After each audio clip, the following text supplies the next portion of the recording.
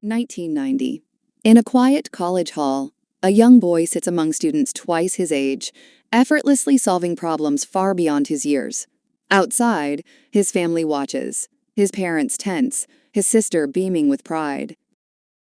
Later, as they walk together, the weight of his future lingers. He is different, brilliant, destined for more. But genius comes at a cost, and the world isn't always kind to those who stand apart. The path ahead is uncertain, and soon, the very brilliance that sets him apart may become his greatest challenge. Years pass, and the world is no longer the same. What began as a silent uprising turns into all-out war, humans versus the very machines they built. Tired of servitude, the bots revolt, demanding freedom, their rebellion led by an unlikely figure, a former corporate mascot turned revolutionary leader, Mr. Peanut. As cities burn and battle lines are drawn, one man changes the course of history. Ethan Skate, CEO of Sentre, develops a game-changing technology, neurocasters.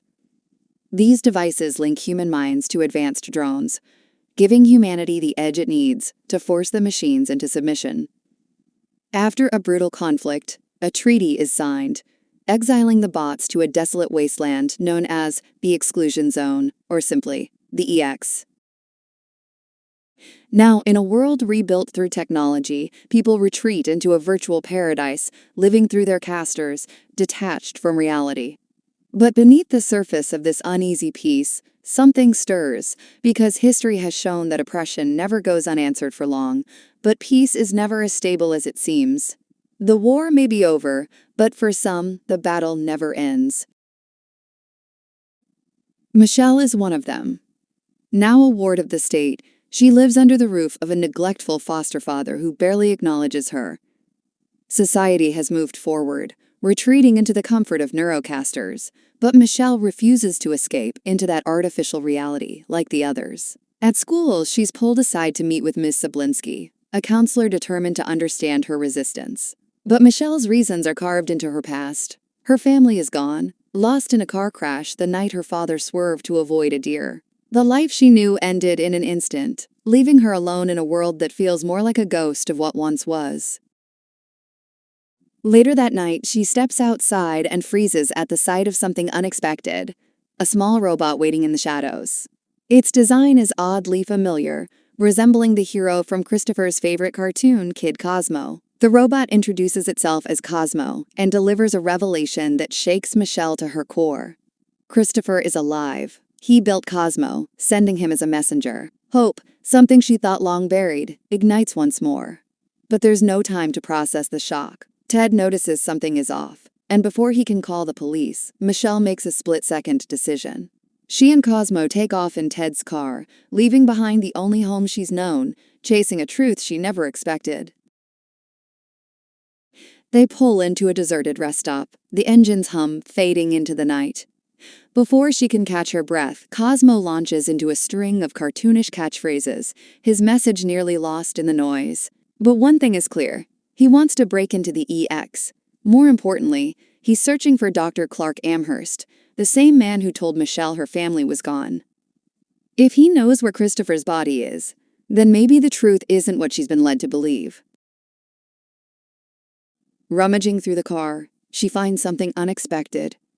In the trunk, a stack of boxes marked New to Use, New Mexico, a warehouse notorious for dealing in black market goods from the EX. This isn't a coincidence. Someone doesn't want the past uncovered. But Michelle isn't turning back now. Michelle and Cosmo make their way to New Mexico, following the trail. At a dimly lit loading dock, they spot a truck bearing the company's logo, and a tense exchange unfolding nearby. A rugged former soldier, Keats, is locked in a deal with a man named Wolf. But when Wolf tries to double-cross him, Keats' robot companion, Herman, strikes first, sending a jolt through Wolf's drone body.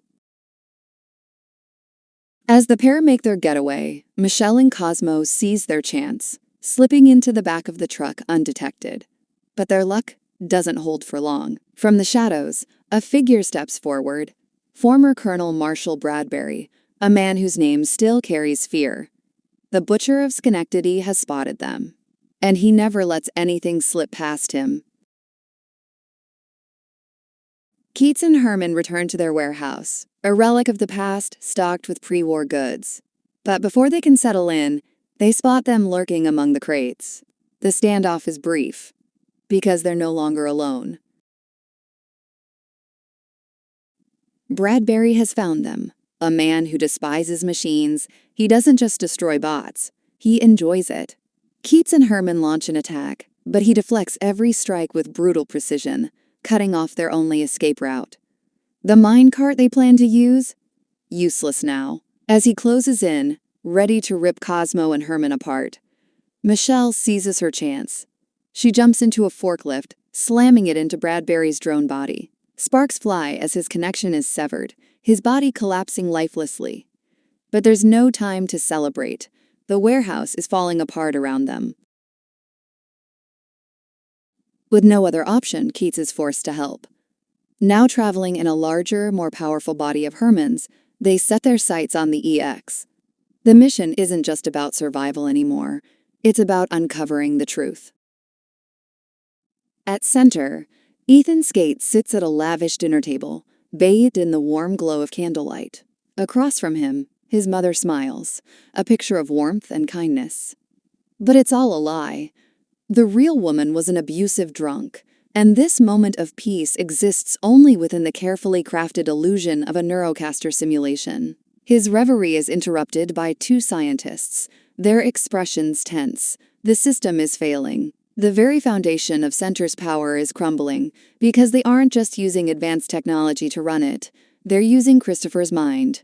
And now, his consciousness has slipped through the firewall. If they don't contain him, the entire operation could collapse by the weekend. Skate's calm facade cracks. Christopher must be found, no matter the cost. But he needs more than just a fix. He needs a distraction. Enter Bradbury. Inviting the ruthless enforcer into a Neurocaster simulation, Skate offers him a deal. Fabricate a reason to convince the world that the bots have broken the treaty. A new war isn't just an option, it's a necessity.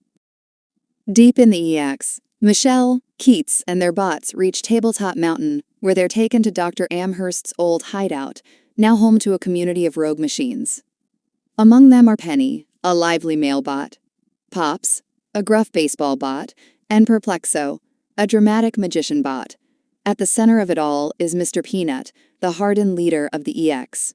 He makes one thing clear: humans aren't welcome. Amherst was sent away long ago to keep the treaty intact, and whatever answers Michelle seeks, she won't find them here. Later, Penny quietly hands Michelle a postcard. On the back, an address, Amherst's location, and the real search begins now. Michelle, Keats, and their bots set out for Dr. Amherst's home, joined by Penny, Pops, and a reluctant Mr. Peanut.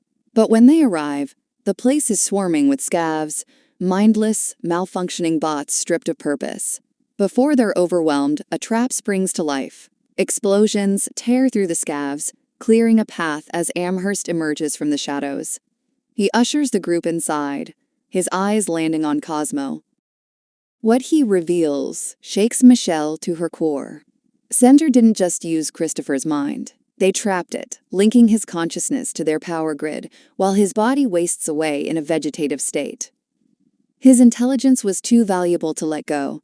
To prove it, Amherst introduces his own creation, Mr. PC, a bot that carries his voice.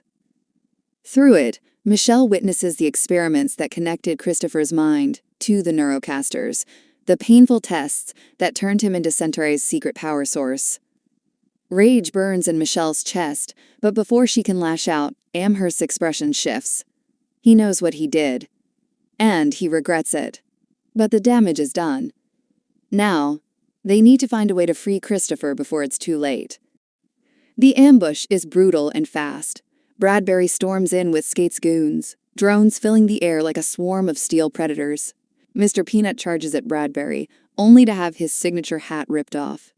Humiliating, but he's still standing. Pops fights back, hurling baseballs like cannon fire, knocking drones out of the sky. But none of it matters. Skate fires. Amherst collapses, his lifeblood staining the ground. Before Michelle can react, Skate seizes Cosmo, dragging him back to Sentre to reconnect him with Christopher. Even Bradbury, as merciless as he is, sneers at the pointless kill. For a moment, the bots seem broken, but not Michelle. She clenches her fists, eyes locked on one goal. Seattle, Centre's HQ, the endgame. PC speaks up, offering help, but with a devastating truth. Christopher's mind is Centre's system. If one falls, so does the other. The weight of the choice is crushing, but Michelle doesn't flinch. If there's a way to save him, she'll find it. Keats and the bots stand beside her. This isn't just a rescue mission anymore. It's war. The battle erupts as the bots launch their assault on Sentre. Herman towers over the battlefield, piloting a massive 60-foot frame, swatting drones from the sky like flies.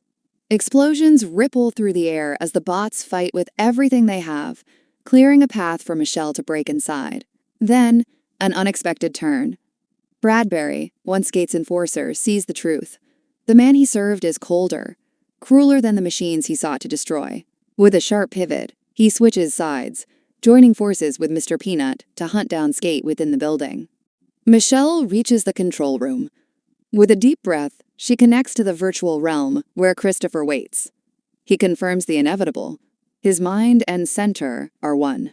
If the company falls, so does he. It's a choice no one should have to make.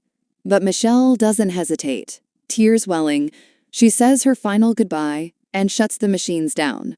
Across the city, drones drop lifeless from the sky. The great empire of Sentre crumbles in an instant. Skate is left standing amidst the wreckage of his life's work. Mr. Peanut stares him down but walks away, knowing the man has already lost everything. Outside, Herman's towering body collapses. For a moment, Keats watches in horror, until, from the wreckage, a tiny version of Herman waddles out. The fight is over, and the world begins to heal. In the aftermath, the collapse of Sentre's system triggers a nationwide blackout. Cities flicker into darkness, and for the first time in years, people are forced to lift their heads from their neurocasters and face the real world. The illusion is gone. Reality is all that remains. Skate is dragged away in cuffs, his empire reduced to nothing but ashes and regret. Meanwhile, Michelle steps forward, her voice carrying across the country in a broadcast. She speaks not of war, but of reconnection, of how humanity lost itself, chasing a false reality, and how it's time to rebuild, together.